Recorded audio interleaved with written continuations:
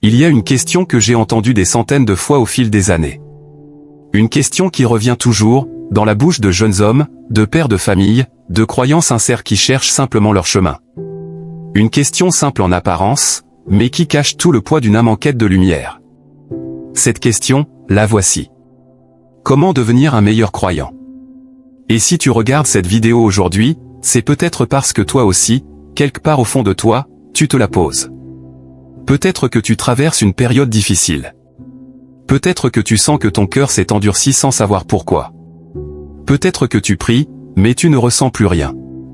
Peut-être que tu te sens perdu dans un monde qui te tire dans 1000 directions, qui te dit que pour être un homme, il faut être dur, riche, puissant, mais qui ne te dit jamais comment être en paix avec toi-même et avec ton Créateur. Et avant de continuer, prends un instant pour envoyer une prière sur le prophète Mohammed, paix et salut sur lui. Car chaque fois que tu le fais, une lumière descend dans ton cœur, et celui qui prie sur lui une seule fois, Dieu prie sur lui 10 fois en retour. Alors respire. Et dis dans ton cœur, paix et salut sur toi, ô messager de Dieu. Maintenant, si ce message te touche, pense à t'abonner à cette chaîne, à laisser un j'aime, à partager cette vidéo avec quelqu'un qui en a peut-être besoin plus que tu ne l'imagines. Un simple geste de ta part peut devenir une aumône continue pour toi, une trace qui te suivra bien après que cette vidéo soit terminée. Maintenant, reviens avec moi au cœur de cette question. Comment devenir un meilleur croyant? Et la réponse, vois-tu, n'est pas dans les livres de développement personnel. Elle n'est pas dans les discours de ces hommes qui promettent de transformer ta vie en cette étape. Non. La réponse, elle est déjà entre tes mains. Elle est là, peut-être recouverte d'un peu de poussière, peut-être oubliée sur une étagère. Elle est dans le livre de Dieu. Et dans la vie du prophète Mohammed, paix et salut sur lui. Ferme les yeux un instant et imagine. Imagine que Dieu, le créateur des cieux et de la terre, celui qui connaît chaque battement de ton cœur avant même que tu ne sois formé dans le ventre de ta mère, imagine qu'il t'ait laissé un message. Un message personnel. Pour te guider. Pour te consoler. Pour te relever quand tu tombes. Ce message existe. Et ce message, c'est son livre.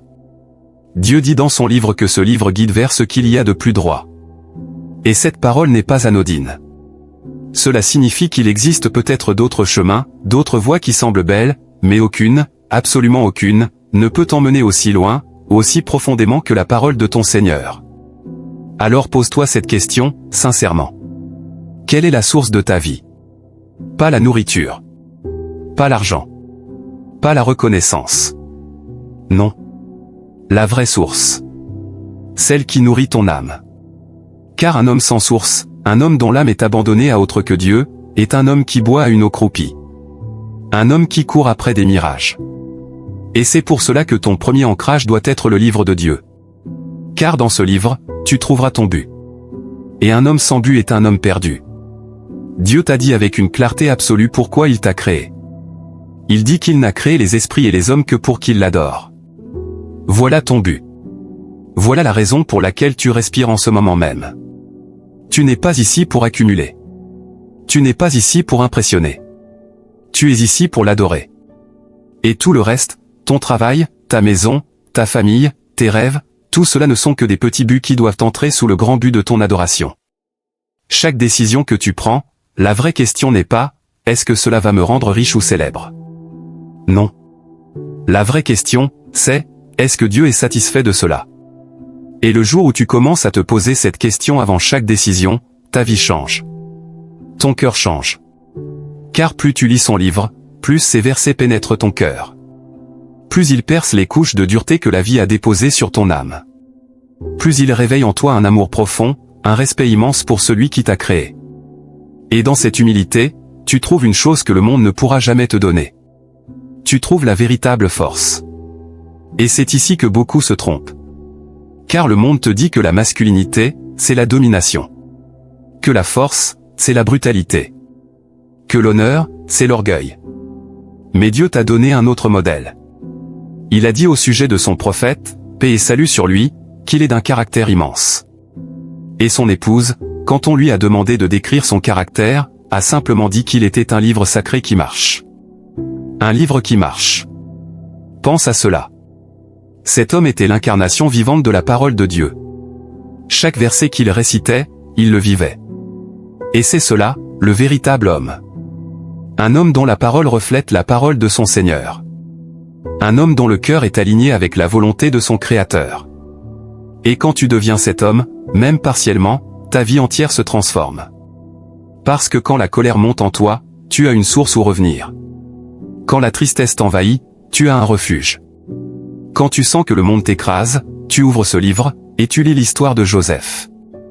Ce jeune garçon, que ses propres frères ont jeté dans un puits. Son propre sang. Qui ont voulu sa mort. Qui l'ont vendu comme un esclave. Et pourtant, Dieu l'a élevé. Dieu l'a placé dans une position d'honneur. Et le jour où ses frères sont revenus devant lui, affamés, ne le reconnaissant même pas, il avait tout le pouvoir de se venger. Mais il pardonna. Il fut patient. Il fut noble. Et son père, Jacob, paix et salut sur lui, avait dit bien avant cela une parole qui résonne encore aujourd'hui. Une belle patience. Voilà ce que son livre fait à ton cœur. Il te donne des modèles. Il te donne de la force. Car ton épreuve, aussi lourde soit-elle, n'est pas nouvelle. D'autres avant toi l'ont vécu. Et Dieu les a sauvés. Et Dieu fera de même pour toi si tu reviens à lui. Mais attention. Car ce livre ne se contente pas d'être récité. Ce livre demande une action. Et c'est peut-être la leçon la plus importante que beaucoup d'entre nous avons oubliée. Car Dieu dit dans son livre une vérité qui devrait te secouer jusque dans tes os. Il dit qu'il ne change pas l'état d'un peuple tant qu'il ne change pas ce qui est en lui-même. Relis cela. Dieu ne changera pas ta vie, ne changera pas ton cœur, tant que tu ne fais pas toi-même l'effort de changer ce qui est en toi. Le prophète, paix et salut sur lui, a dit que ce livre sera soit un argument pour toi, soit un argument contre toi. Réfléchis à cela. Le livre que tu lis, ce livre témoignera pour toi ou contre toi. Témoignera que tu l'as écouté, que tu l'as appliqué. Ou témoignera que tu l'as récité des milliers de fois sans jamais laisser un seul de ses enseignements changer quoi que ce soit en toi. Et cette pensée devrait te faire trembler. Est-ce que je prie 5 fois par jour, mais je suis encore dur avec ma femme? Est-ce que je jeûne le mois sacré, mais je reviens à mes mauvaises habitudes dès qu'il est terminé? Est-ce que je porte les signes extérieurs de la piété, mais mon cœur est rempli d'arrogance, de jalousie, de mépris pour les autres? La poussière, vois-tu, n'est pas seulement sur le livre posé sur l'étagère.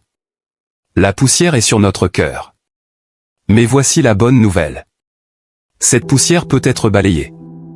À chaque prière. À chaque verset lu avec sincérité. À chaque retour vers Dieu. Car Dieu est le pardonneur. Dieu est le miséricordieux. Dieu est celui qui accueille celui qui revient, même après 1000 chutes. Et c'est ici que vient le 3e pilier de ta transformation. Car son livre est la parole de Dieu. Mais la vie du prophète Mohammed, paix et salut sur lui, est la manière dont cette parole s'incarne dans une vie humaine. Il y aura des moments où la voix prophétique te demandera des choses difficiles. Se lever pour la prière quand il fait froid. Pardonner quand ton cœur veut se venger. Être patient quand tout en toi veut exploser. Mais c'est précisément dans ces moments que l'homme se construit. C'est précisément dans cette soumission que naît la vraie force. Regarde le prophète, paix et salut sur lui. Il priait la nuit jusqu'à ce que ses pieds se fendent. Il pleurait au point que sa barbe était trempée de larmes. Et quand on lui demandait pourquoi il s'épuisait ainsi, alors que Dieu lui avait déjà pardonné tous ses péchés, il répondait simplement. Ne serais-je pas un serviteur reconnaissant? Lui, le meilleur des hommes, voulait simplement être un serviteur reconnaissant. Et toi, où en es-tu? Te lèves-tu dans la dernière partie de la nuit pour te tenir devant ton Seigneur? Pries-tu la prière de l'aube? Nourris-tu ton âme de la lumière du prophète, paix et salut sur lui? Car chaque pratique de sa voix que tu intègres dans ta vie cultive en toi une discipline que ce monde est incapable de t'enseigner. Le prophète, paix et salut sur lui, a dit que si une rivière coulait devant la maison de l'un d'entre vous, et que vous vous y laviez 5 fois par jour, y resterait-il de la saleté sur vous? Les compagnons ont répondu, non. Et il a dit, ainsi sont les 5 prières. Elles effacent les péchés entre elles. 5 fois par jour, ton âme est lavée. 5 fois par jour, Dieu t'appelle à lui. Alors imagine l'homme qui saisit cet appel. L'homme qui, au travail, s'éloigne pour prier. Qui, face aux tentations, garde son regard baissé. Qui, face à l'injustice, reste juste. Qui, face à la colère, reste patient. Qui, face à la richesse, reste humble. Cet homme laisse une empreinte. Même sans parler. Même sans prêcher. Cet homme devient un signe vivant qu'un autre chemin existe. Un signe que la vraie virilité n'est pas dans la violence, mais dans la maîtrise de soi. Un signe que le plus grand des hommes fut celui qui se nommait lui-même simplement, un serviteur. Alors ce soir, je te laisse avec cette invitation. Non pas une invitation à la perfection immédiate. Mais une invitation à faire un pas. Un seul pas ouvre le livre sacré demain matin. Lis un verset. Cherche son sens. Apprends un enseignement du prophète cette semaine. Un seul. Et essaie de le vivre. Prie une prière de plus.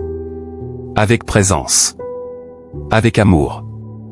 Et recommence le lendemain. Parce que c'est ainsi que l'homme se construit. Goutte par goutte. Verset par verset. Prière par prière. Jusqu'à ce qu'un jour, sans que tu t'en rendes compte, tu te réveilles avec un cœur plus doux. Une âme plus calme. Une paix que le monde ne peut ni te donner ni te reprendre. Et ce jour-là, tu sauras.